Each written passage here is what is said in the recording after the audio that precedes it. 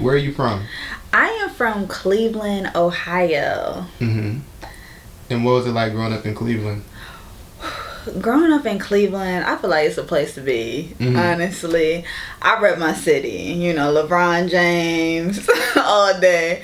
But it has taught me how to really be self-sufficient as a woman, being from Cleveland, and having beautiful family that actually, guided me properly on this journey to, maneuver as an adult in Atlanta, Georgia.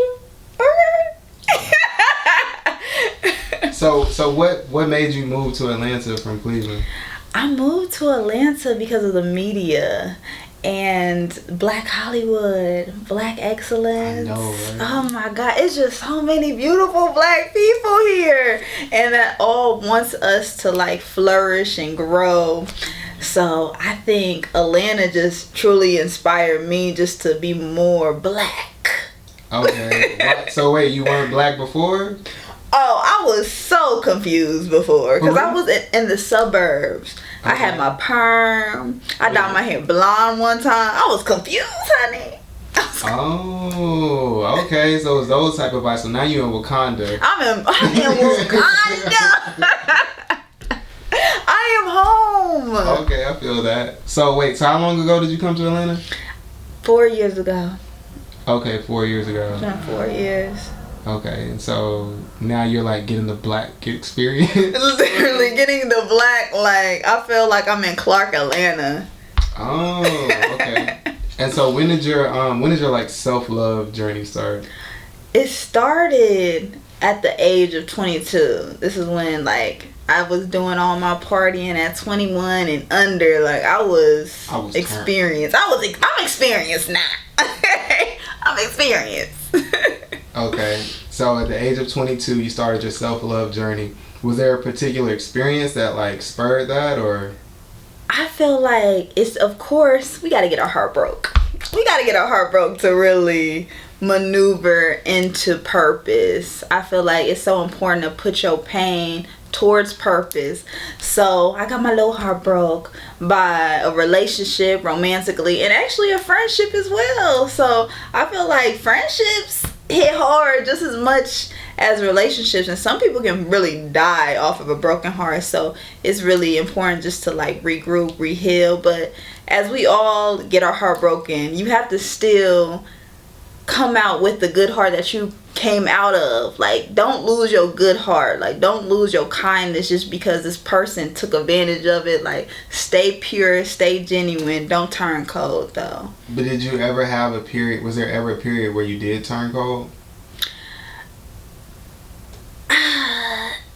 Because sometimes people do after a heartbreak, they turn really cold. Yeah. I just became to just grow into having boundaries and saying no and really start choosing me and not feeling bad or feeling guilty. And some people will call that selfish.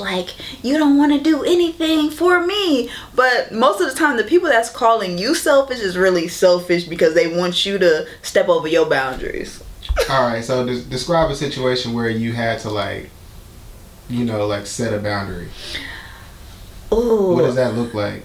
Yeah, so I would say something recently. I was dating for the first time in a long time, and my intuition was saying the time is up. And that's what I think we have to realize. When it comes to romantic relationships, we want forever, with one person, and that's not realistic. Some people are here for a season. Some people are here to just teach you a little lesson, and once you get your lesson, you gotta skedaddle. So and it doesn't even have to be any hard feelings. No, you did this to me. No yelling the fight, and it's just our time here is up. And so there was nothing there was no discretion on his part or anything? It was, I saw red flags. I saw love bombing. I saw moving fast, and I wasn't comfortable with that. And I'm you know what? Let's slow it down. You're way too controlling for me.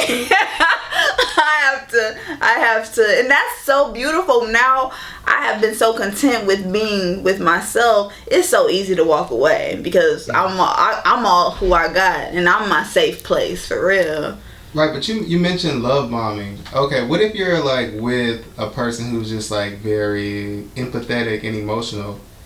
Would you consider like because they behave differently than maybe like a standard gentleman? Yeah. Would you consider that love bombing, or is it like a case by case basis? Yeah, it definitely goes case by case. I feel like love bombing is when you're just meeting the person and you are you are telling people too much information. Like, you're telling people your trauma, you don't even know this person, like, and then you are trying to see this person like more than regular. Like, it's okay to take breaks, it's okay to have space with people, but we're so used to operating in like codependency, thinking, oh, I gotta be with this person every single day. Like, if I'm not with you every single day, then you don't love me. And that's not it. We have to be interdependent with one another. Like, you have to have your own life, I have to have my own life, and we have to be an individual. We can come together and experience each other, but it shouldn't be like, oh, I need you to breathe. It should be like, I want you,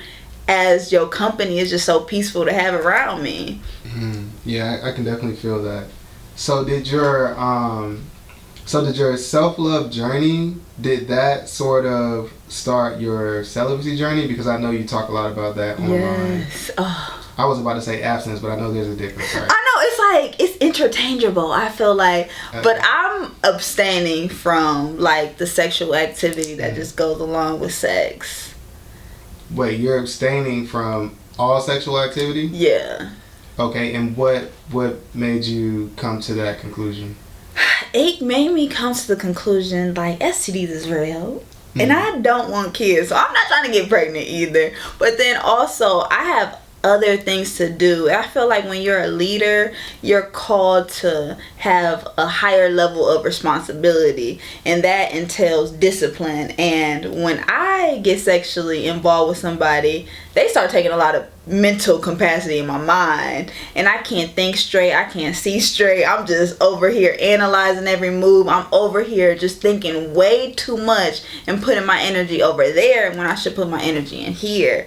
So that's just taught me because if I want to create magic, if I want to create like products, if I want to write books, if I really want to be an inspiration, I have to use all my sexual energy and hold it for myself, like transmute it to like creating products and doing that way, instead of like having sex and creating a human. And I'm not even trying to be a parent. I'm not even trying to. Oh no. No, I feel you that like sexual transmutation is real. Do you feel like that's something that a lot of young women should be practicing, or just people in general, not just women, like men as well? Because I feel like people aren't really on that. Oh, they not on that, because they kind of should be. Oh my goodness, we are taught to really think with our flesh. We're taught to be physically attracted to one another instead of like mentally or spiritually, and if we even align that way. But if you really want to get to know somebody, you should put sex out the table. I'm able to like let go of situations quickly because I have clarity, and I'm not like stigmatized of a fantasy of what I want this situation to be. I'm able to really see a person for who they are and see that we're not a fit, and that's okay. But I think everyone should understand sex is meant to procreate. We use it as recreational. We use it as for pleasure. And really, you can find pleasure just going outside in nature. Like, you can find pleasure in just having platonic relationships and laughing. You can find pleasure just working out. So it's other forms of pleasure that we have to just expand our mind and expand our awareness. And we have to really dissect, why are most people having sex? Is sometimes to fill voids of emptiness within that low-key childhood did that. And we have to really heal our inner child, because once you heal your inner child, you will really become whole again. Word, I feel that. Then you just dropped a gem on us. That was a gem. I feel like you be dropping like gems all the time. Yeah. But so what's been like the most challenging aspect of your journey so far? Like, you've got like your YouTube going, you've got your website going, you have a considerable audience who look to you for advice. Like, was that easy for you, or? It takes consistency. It really takes consistency in not letting like the views or the numbers like steer your message. And I know I am just the messenger. I feel like I have these messages and I have these opinions, but it's all coming from love. And I have to sometimes just get out of my own head like, yeah, you know, am I saying too much? Am I being too mean? And sometimes I just, you know, that's like a big battle that I don't want to come off too harsh, but I know a lot of people are sensitive these days. Like, people take things to heart, and it's really out of love, and it's really lessons that I'm really teaching myself, and I just get on camera. So whatever I need to learn, I'm just low-key talking to myself, and I just put myself on camera. Like, I air my shit out. Right, no, you do, though. I lift you up before I can. Yeah. I be airing that shit out. So, would you consider yourself an influencer? I feel like I'm a leader. I definitely will say I'm just leading myself, and I just want to be the example of having the audacity to do that, having the audacity to live out your own terms. Like, I'm very bold with what I stand for and what I believe in and how I move, and if that gives other people the courage to say what they want and say how they feel and to say no and to have boundaries and to really choose themselves, I'm like, hey, I did my thug thizzle for the day.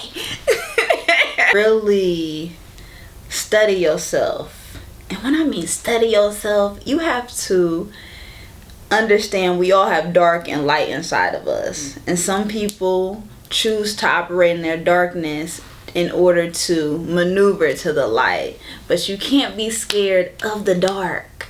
You can't be scared of your shadow side. You can't be scared of your ego. But once you start really controlling your emotions, because this is an emotional game right here, this can have you like stressing yourself out, having anxiety, being depressed because of our emotions. And once you are tapped in emotionally into that, then you can really allow things to flow effortlessly, and you won't be discouraged of how situations will happen because you are so tapped in on your why.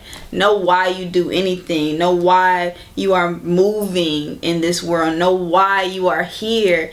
Be intentional with every interaction that you meet people in, and don't have interior motives. Like, really give off of the heart space. Like, really lead with love, really move from love, and understand opportunities will come sporadically.